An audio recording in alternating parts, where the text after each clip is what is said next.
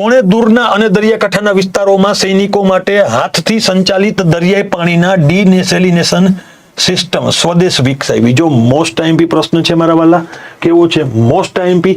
સ્વદેશ નામની desalination water માટેની સિસ્ટમ કોણે ડેવલપ કરી? ઇસરો, ડીઆરડીઓ, ભેલ કે હેલ?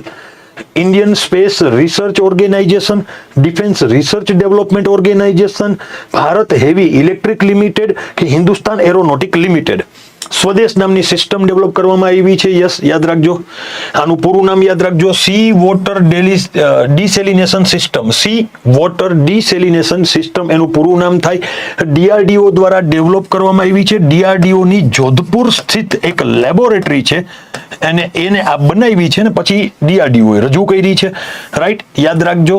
આપણા આર્મીના જવાનો માટે જે ખારા પાણીને મીઠા પાણીમાં કન્વર્ટ કરશે, આ મેન્યુઅલી પણ ચાલશે અને ઇન્જિનથી પણ ચાલશે. મેન્યુઅલી એટલે હાથેથી પણ ચાલશે અને ઇન્જિનના પાવરથી પણ ચાલશે. ઓકે, સાથે સાથે આ પોર્ટેબલ છે, એટલે આવડું મોટી મશીન હશે પણ એને ખોલીને નાનકડા ડબ્બામાં ભરી શકાય એવું પોર્ટેબલ હશે, એટલે એક જગ્યાએથી બીજી જગ્યાએ લઈ જવું સરળ.